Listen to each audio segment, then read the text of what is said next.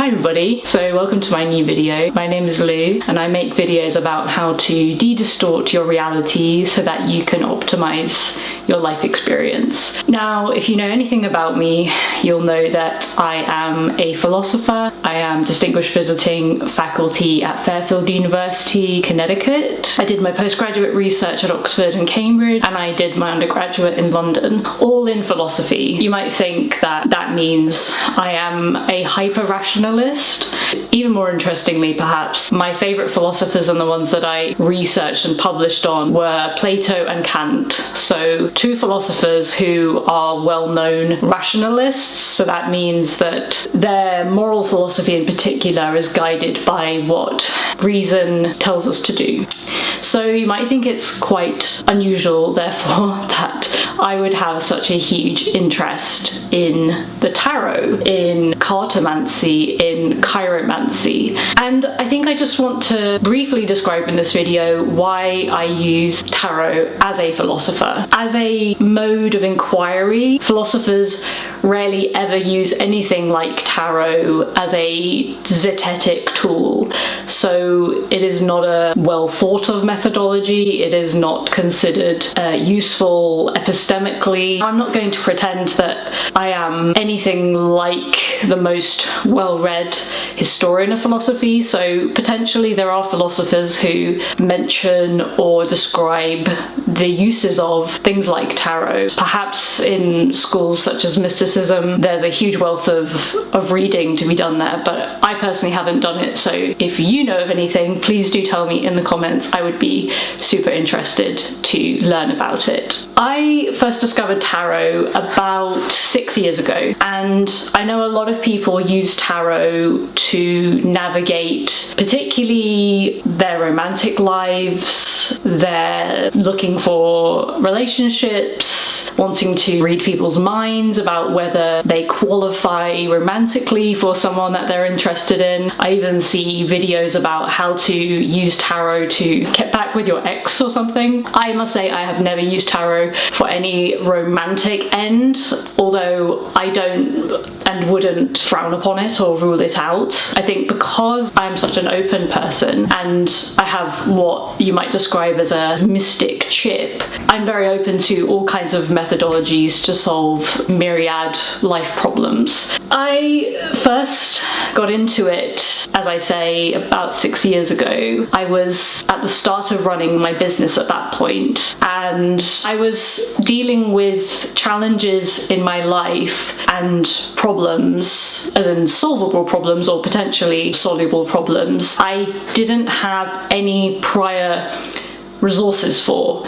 And so I went on a website called Fiverr to find a tarot reader, and I started working with one lady in particular. I connected with her, and over the course of the last 5-6 years I must have had about 50 hours of tarot readings from Darina. Darina basically helped me to clarify so many issues that I was having personally, professionally, in terms of my mindset, in terms of my outlook, my limiting beliefs, and she basically shone a tarot-shaped beam through my multifaceted life and helped me to see all the varieties of possible solutions to problems that were quite hard to articulate and not something you could easily Google. Something that I asked my tarot reader about 6 years ago was, will I become a millionaire? This was honestly my first tarot reading I ever had, and I at the time thought tarot could be used for predicting the future, and I can't remember exactly what she said. Maybe I'll insert a clip of it here. Are you gonna be a millionaire? Should you aspire for that? We have the Tower.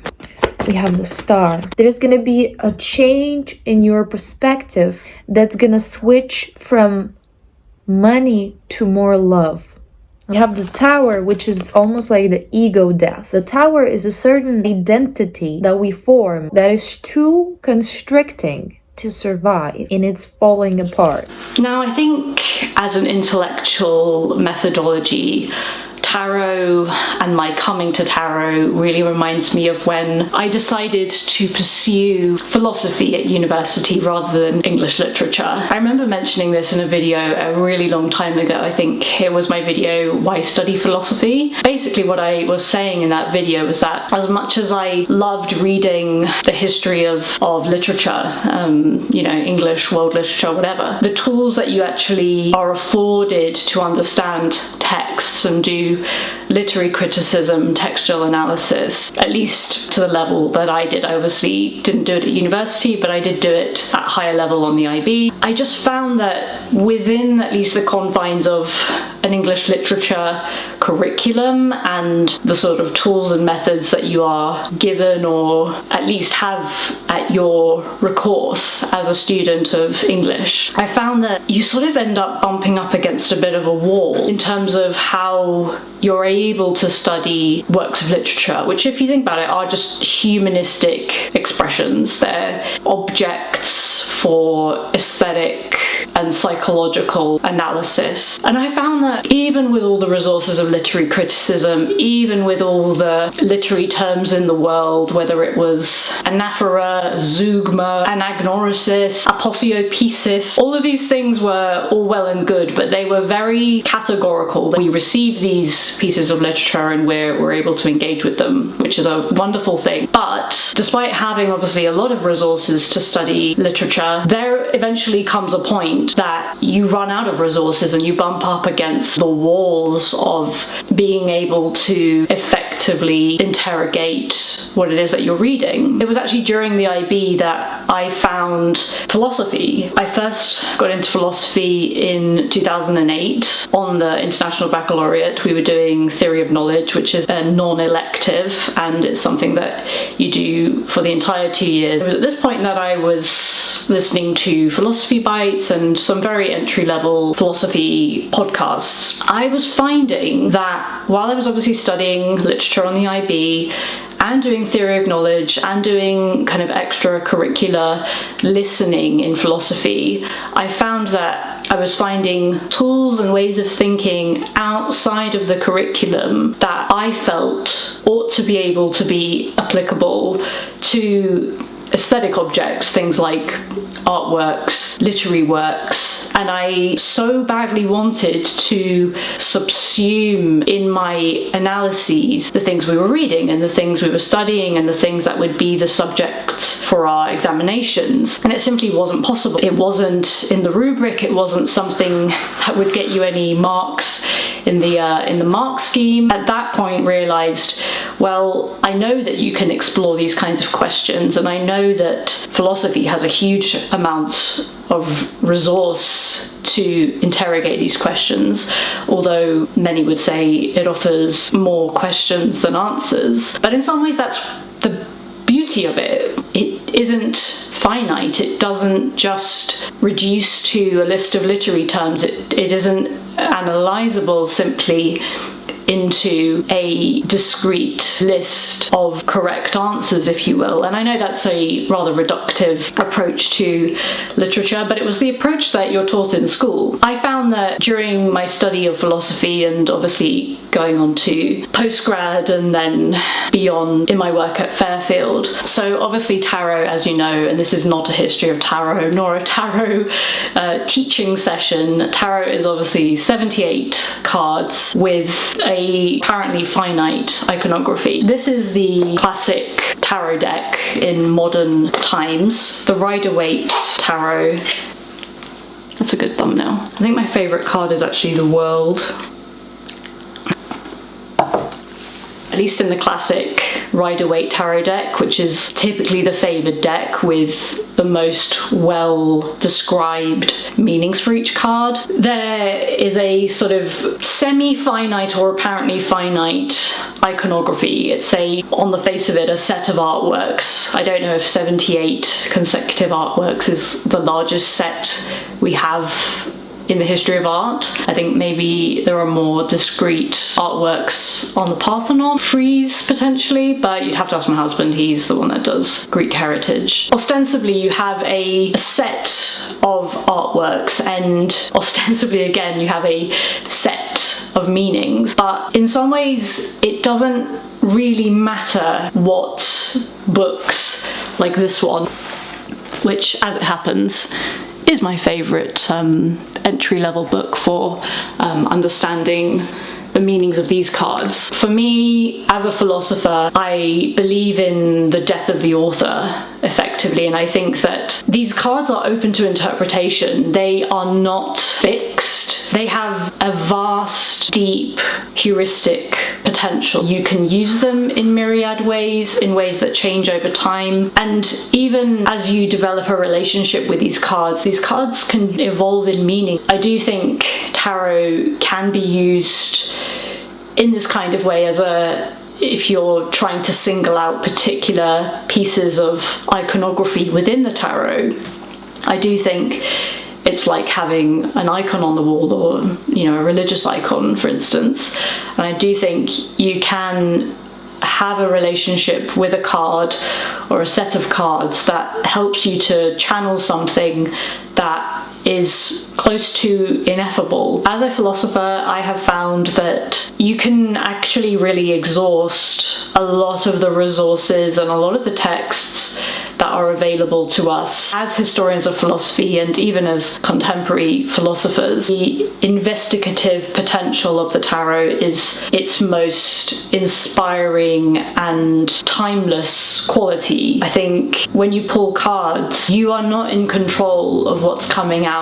It is random, and obviously as a philosopher, as a rationalist primarily, I do believe it's random, and I don't think you have to believe that there's anything out there universally or cosmically that actually explains why certain cards come up. I don't necessarily have any belief in the spirit world in that way. I don't think you have to. Whatever cards do come up, the confluence of various cards together or one card on its own can just direct your understanding, your attention in such valuable ways, and it will show you, almost like looking in a mirror, sort of what you want to see. It will help to guide how you see. I think because tarot gives you a apparently finite set of images or this iconographic range, it's easy to think that it's simply a matter of subsumption, just like doing mathematics or some type of science. But actually, I find that in trying to subsume questions under a set of images, it's effectively endless what you might learn. There's no predefined semantics about what you will in fact learn. And I think as a zetetic tool, as a mode of inquiry, that's something that philosophers and all of us ought to be able to get behind. And this is not to defend it as a rational mode of inquiry. Obviously, I don't think it is rational. I think the beauty of it is that it's completely irrational. The cards are these wonderful, intriguing artworks, and there's a rich history of many different tarot decks. I do find reading for myself a little less useful. I do find interacting with someone else the most useful application of tarot, especially if the person reading for you doesn't actually know who you are, or they have no preconceptions about you. You obviously ask your questions, and the cards are what they are. When people have no preconceived notions of who you are, what you're about, you get the most authentic read. And I just love tarot for that. I think it's just infinitely useful. I think when you're in a sort of cul-de-sac in life and hitting a bit of a wall, the same way with reading a novel or a poem, you might think, well, there are sort of interpretative limits here. I will at some point exhaust and bump up against the boundaries of this text, of this created thing. And obviously your life is not a finite, finished finished, created thing. It's something that's constantly unfolding, and you are partly its author. Obviously, there's a large degree of unfreedom in your own life, a lot of determinism, but there is, as the Epicureans put it, capacity for swerve, for random, unexpected, inexplicable moments of freedom. And in some ways, it's like what Christine Korsgaard says about Kant on freedom. There is obviously this idea that in the phenomenal world, you are constrained by a deterministic set of rules that will effectively predict how things will unfold for you. But in your experience of human life, you will still have to make choices. You will, as a practical being, be forced to choose. You have to choose. The power, the capacity is ultimately in your hands. So whatever your metaphysics are, ultimately you are an agent. And while obviously there will be passivity to the human experience, there will be waves that we're riding that we're not even aware of, that carry us on their sea foam, and we can find ourselves taken from A to B without really understanding what's directing that, what's carrying us that way. If you use a tool like tarot, you will find there are these moments and ways of refracting the light. The light is what it is. The light will come in, but ultimately you do get to be, and you do get to use things like tarot as a prism